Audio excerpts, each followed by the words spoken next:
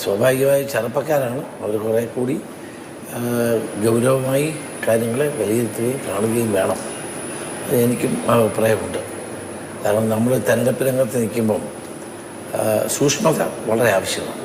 നമ്മുടെ ഒരു ചെറിയ ചലനം പോലും തെരഞ്ഞെടുപ്പിനെ സ്വാധീനിക്കും എന്ന് മനസ്സിലാക്കാൻ അവർക്കും കഴിയണം, എല്ലാവർക്കും കഴിയണം. രമേശ് ചെന്നിത്തലയുടെ വാക്കുകൾ വളച്ചൊടുക്കുകയാണ്. നമ്മൾ കണ്ടതാണ് നിലമ്പൂർ ഇലക്ഷൻ കൺവെൻഷൻ, UDFന്റെ കൺവെൻഷൻ കഴിഞ്ഞതിന് ശേഷവും ഇങ്ങനെയുള്ള വളച്ചൊടിക്കൽ ഉണ്ടായിരുന്നു.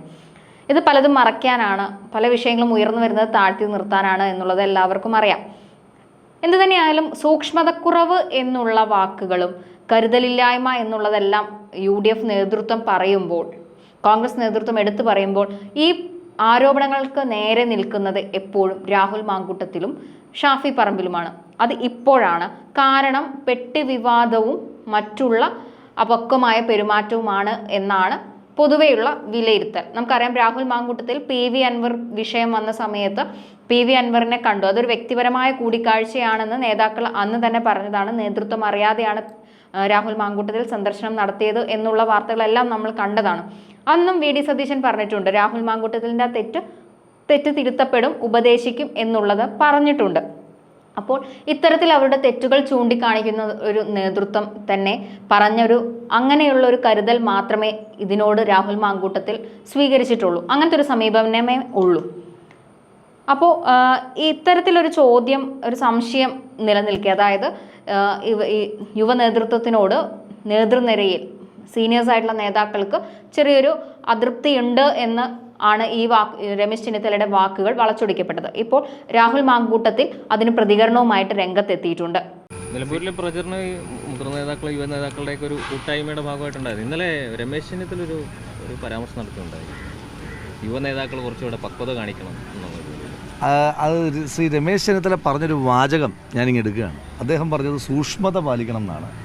ആ വാചകമാണ് ഞാൻ ഈ പ്രതികരണത്തിൽ പറഞ്ഞത്. കാരണം ഒരു അഭിമുഖത്തിൽ അദ്ദേഹം പറയാത്ത കാര്യമാണ് അതിൻ്റെ വാർത്തയും തലക്കെട്ടുമായി വന്നത്. അപ്പോൾ അത്തരം കാര്യങ്ങളോട് സൂക്ഷ്മത പുലർത്തണം. കാരണം ചാടിക്കേറി പ്രതികരിക്കാൻ പാടില്ല എന്ന് തന്നെയാണ് അദ്ദേഹം ഉദ്ദേശിച്ചത്. അത് ഞാൻ അനുസരിക്കണമല്ലോ സ്വാഭാവികമായിട്ടും. കാരണം അദ്ദേഹം പറയാത്തൊരു കാര്യമാണ് വാർത്തയായി വന്നത്. അദ്ദേഹത്തോട് നിരന്തരമായി ആവർത്തിക്കപ്പെട്ടൊരു ചോദ്യം. ആ ചോദ്യത്തിന് അദ്ദേഹം പറഞ്ഞു സൂക്ഷ്മത കാണിക്കണം എന്ന് പറഞ്ഞു.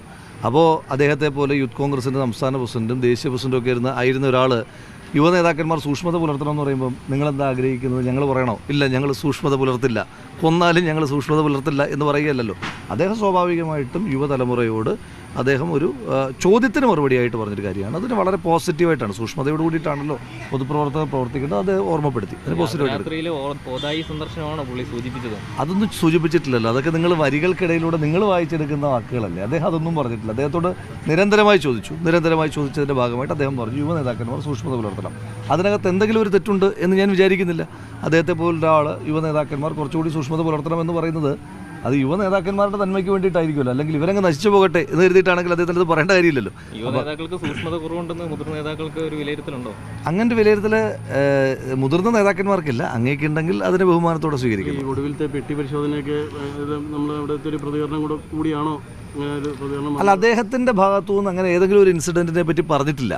അദ്ദേഹത്തോട് നിരന്തരമായി ആവർത്തിച്ച് ചോദിക്കുമ്പോൾ അദ്ദേഹം പറയുകയാണ് കുറച്ചുകൂടി സൂക്ഷ്മത പുലർത്തണം എന്ന് പറയുന്നതിനകത്ത് എന്തെങ്കിലും ഒരു തെറ്റുണ്ട് എന്ന് ഞാൻ വിചാരിക്കുന്നില്ല. പിന്നെ അദ്ദേഹം തന്നെ കൂട്ടിച്ചേർക്കുന്നുണ്ട്, ചെറുപ്പക്കാരല്ലേ, അതിൻ്റെ ആവേശം ഉണ്ടാകും എന്നുകൂടി അദ്ദേഹം പറയുന്നുണ്ട്. സ്വാഭാവികമായിട്ട് അദ്ദേഹം ഈ പ്രായവും ഈ ചെറുപ്പവും ഈ അദ്ദേഹത്തിൻ്റെ ചെറുപ്പത്ത് കാണിച്ച ആവേശത്തിന് അത്ര ഞങ്ങൾക്ക് എത്താൻ കഴിയുന്നില്ല അപ്പോൾ മുതിർന്ന നേതാക്കന്മാർക്ക്. അപ്പോൾ അതുകൊണ്ട് അദ്ദേഹം അത് വളരെ പോസിറ്റീവ് നോട്ടിൽ പറഞ്ഞൊരു കാര്യമാണ്. ഞങ്ങളെല്ലാവരും അതിനെ പോസിറ്റീവായിട്ടാണ് എടുക്കുന്നത്.